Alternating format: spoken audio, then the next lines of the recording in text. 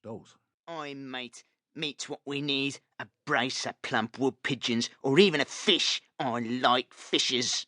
The stoat flung his turnip into the fire, scowling. We don't have to put up with this muck. I thought we was ravagers, not scavengers. Anyhow, what are we supposed to be doing? That's what I'd like to know. The first rat retrieved the turnip from the hot ashes, wiping it off on his tattered sleeve. Zwilt the Shade says Sable Quean wants woodlanders' young uns. So we've got to stay hid in the area and capture any we sees. That's our orders, mate. Testing the edge of his blade on a grimy paw, the stoat grinned wickedly. Young uns would make good meat. Just let me get me paws on a fat dormouse or a chubby little squirrel. I'd let Zwilt have the bones to give to the Sable Quean. The smaller of the two rats looked fearful. You do that. I wouldn't like to be you if Zwilt found out. The burly stoat tossed his dagger into the air, catching it skillfully. So what if he did, eh? Listen, I ain't scared of Zwilt or his Sable Quean. They don't bother me. The larger rat whispered nervously. Be careful what you say. They don't call him Zwilt the Shade for nothing.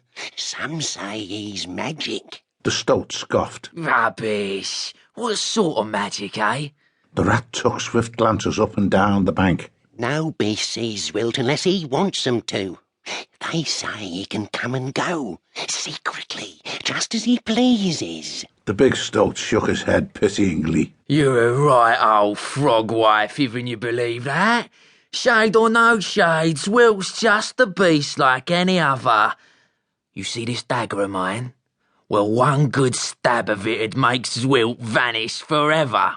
The voice came out of nowhere. How can you do that when you're already dead, fool? Brandishing his weapon, the stoat bounded upright. Who said that? Who's there?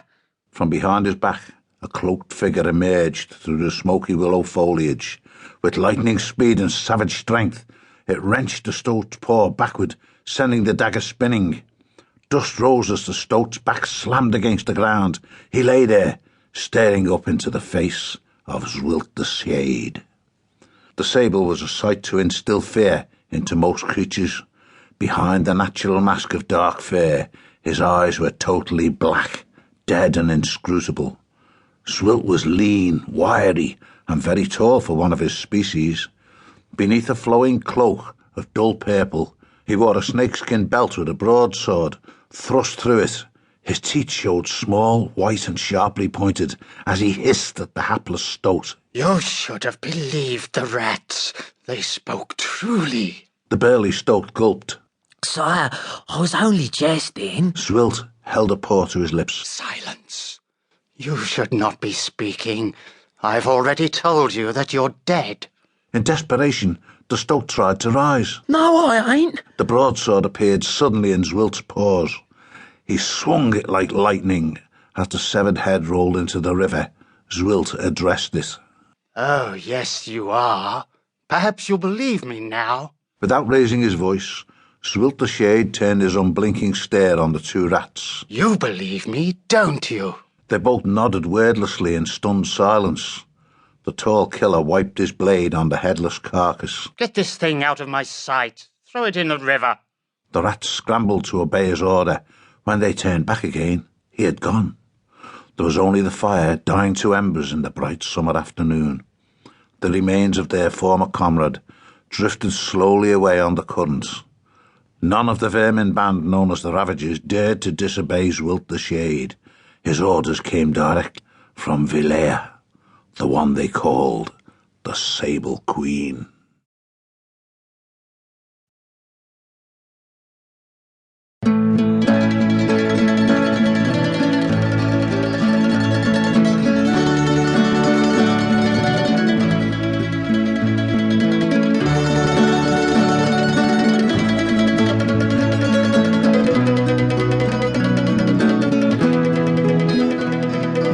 Chapter 2.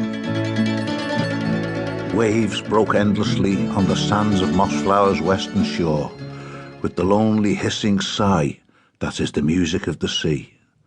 Late noon sun was still warming the beach above the tide line, where the mountain of Salamandastron towered over all.